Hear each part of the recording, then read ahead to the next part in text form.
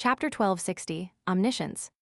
Without needing anyone to make the introductions, the four demigods present clearly understood a reality. The giant-like man who was sleeping on the iron-black throne was the left hand of God, the deputy of heaven, dark angel Sasrier. Amongst them, Lovia could clearly sense the oppression coming from this absolute high-level existence. It was like the response when praying to the true creator. It was an aura that could cause her thoughts to scramble, her soul to degenerate, and her body to tremble. Suddenly, she heard a burst of laughter. She turned her head to the side in a daze. Klein bent his back slightly and laughed. He is still sleeping. Should we directly wake him, or wait for him to wake up? If we choose to wake him, how should we greet him?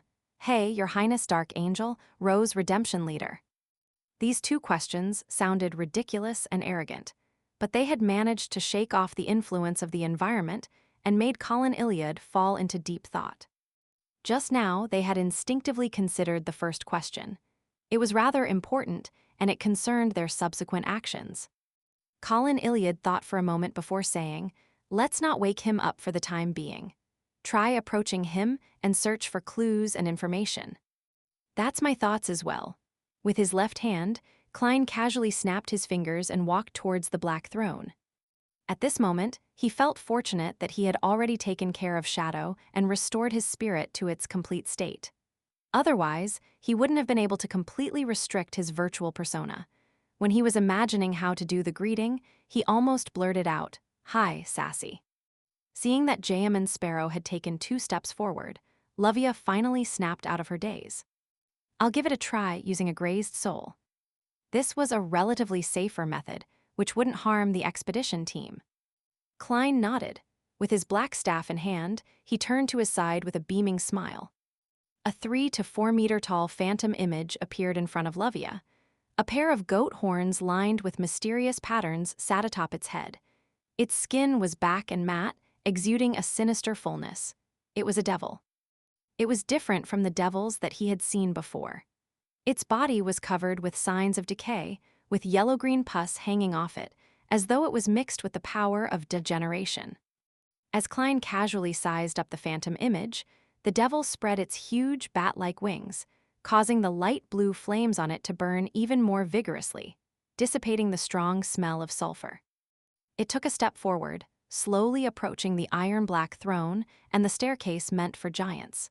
Using its intuition for danger, it surveyed the area for any abnormalities. While Colin, Klein, and the other demigods were paying attention to it, they also began scrutinizing the details of the shadowy palace. They discovered that behind the iron-black throne that Sasrier was sleeping on, there was a pair of dim, grayish-blue double doors that depicted sunset. This might be the door that leads to the outside world. This thought flashed across the minds of the 3 city of silver demigods, Colin Iliad, Derek, and Lovia. At this moment, the devil, who had traveled midway, suddenly paused.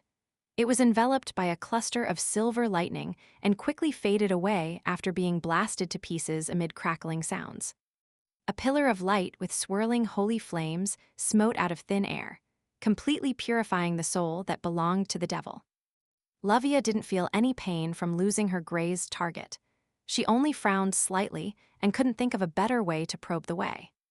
Klein looked around and said with an exaggerated smile, "As expected, I'm the man for the job."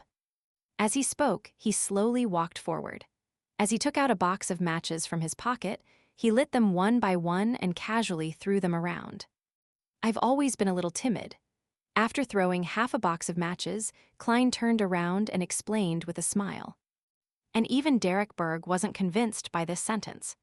Following that, under the illumination of the scarlet flames, Klein continued walking towards the iron-black throne that might have belonged to an ancient god. When he arrived at the spot where the devil's soul was destroyed, his left palm suddenly tightened. Klein lowered his head and saw that creeping hunger had returned to its human-skinned form. An exaggerated crack opened in his palm. Inside were 2 rows of illusory white teeth. This sealed artifact was attempting to gnaw at Klein's flesh in a bid to consume both his body and spirit. Creeping hunger had degenerated. Tusk! Klein let out an obvious sigh as he glanced at the staff of the stars in his right hand. He confirmed that the grade, sealed artifact, which didn't have any living characteristics, had yet to show any abnormalities. He then raised his right hand and stuffed the other end of the staff of the stars into Creeping Hunger. Creeping Hunger bit at it a few times before it finally calmed down when sensing the suppression effect of a higher-level entity. After laughing twice, Klein took another few steps forward, covering a few meters. Cracks suddenly appeared in the shadows that covered the walls, pillars, and tiles, as one brass eye after another grew out. A figure appeared in front of the countless eyes. He was first presented as the black-haired, light brown-eyed, and cold-looking Jayaman Sparrow. Following that, he warped into the black-haired, brown-eyed, scholarly-looking Klein Moretti with ordinary looks. Then, he degenerated into a blurry image, and a grayish-white fog emanated from him.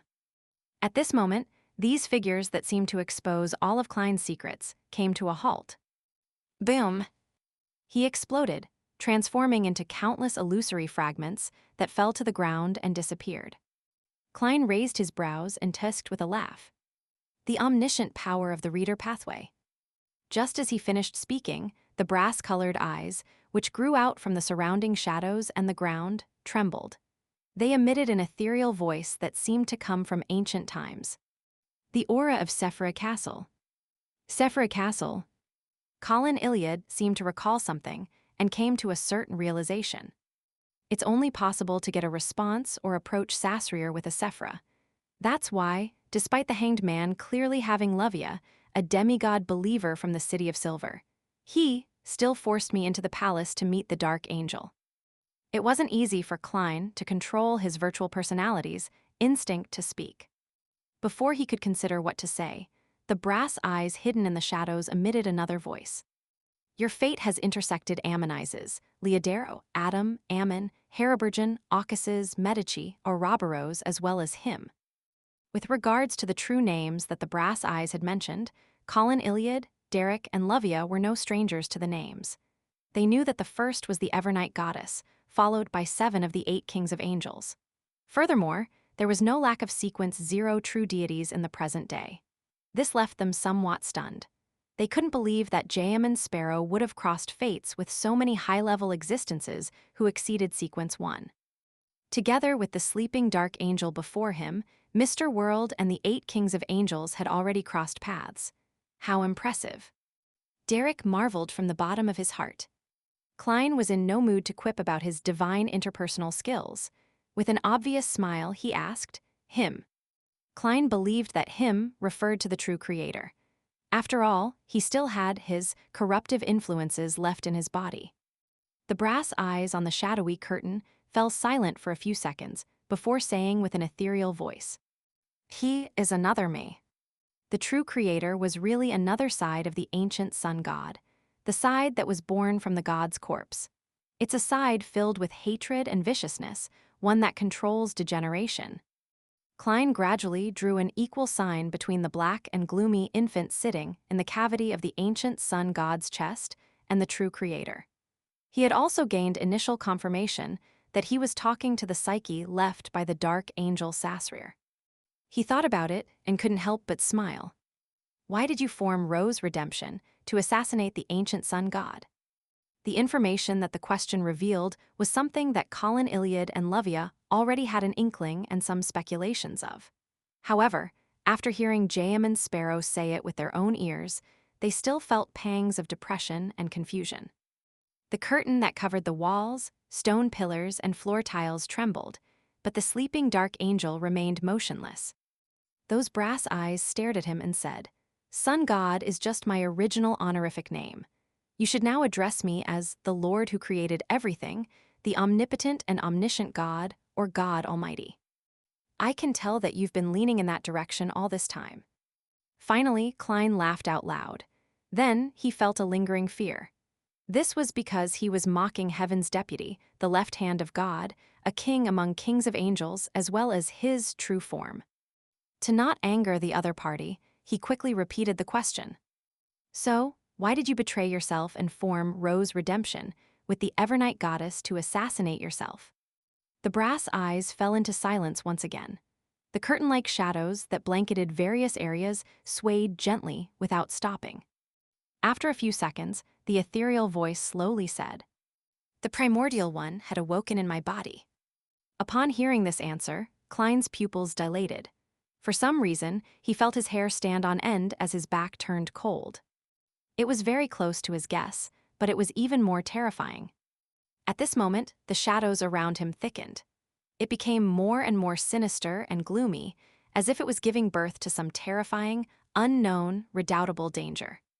Although Colin, Iliad, Derek, and Lovia didn't understand the meaning of Dark Angel Sasrir's words too well, they were still affected by the sinister and harrowing words.